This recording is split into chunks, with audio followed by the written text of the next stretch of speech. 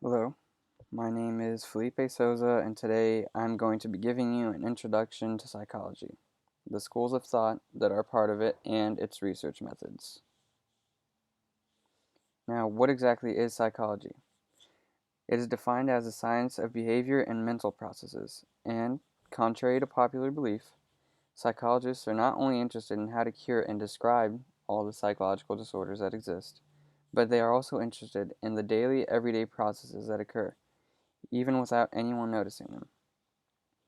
The four main goals of psychology are to describe, predict, explain, and determine if it's a control or an influence over society, an individual, or the environment.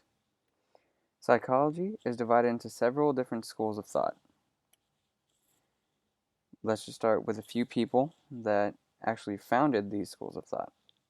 First of all, Mr. Wilhelm Wundt, who is considered to be the father of psychology.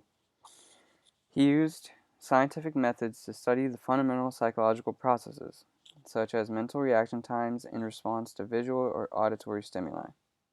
He also wrote Principles of Physiological Psychology, which was his first publication and led him to fame. Now, Edward B. Titchener. He studied under Wundt and went on to found the school of structuralism, which means even our most complex conscious experiences could be broken down into elemental structures, or component parts, of sensations and feelings. This school is known for the primary use of introspection, and it was the first major school of psychology. William James. He based a lot of his studies on Darwin's theory of natural selection and evolution. He founded the school of functionalism, which stressed the importance of how behavior functions to allow people and animals to adapt to their environments.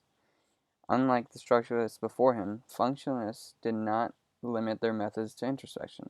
They expanded the scope of psychological research to include direct observation of living creatures in natural settings, otherwise known as naturalistic observation.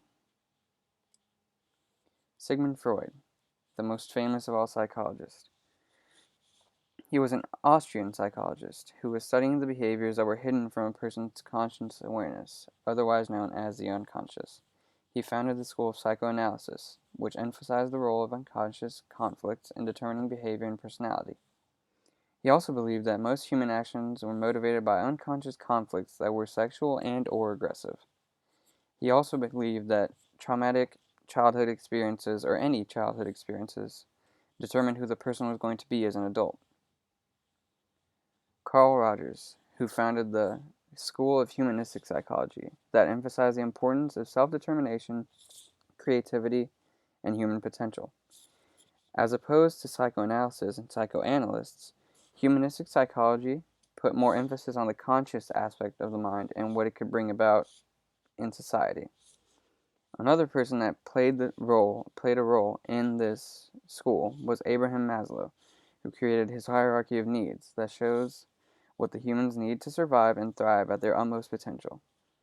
The five levels are physiological, safety, love and belonging, esteem, and self-actualization, which is the epitome of that a human can reach.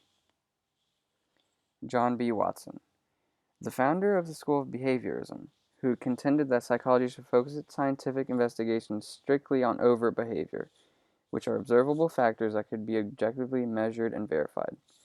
Ivan Pavlov, who coined the term classical conditioning, was with his experiment on dogs and salivation, was also a part of this school. Another member of the school is B.F. Skinner, who coined the term of operant conditioning when he created the Skinner box.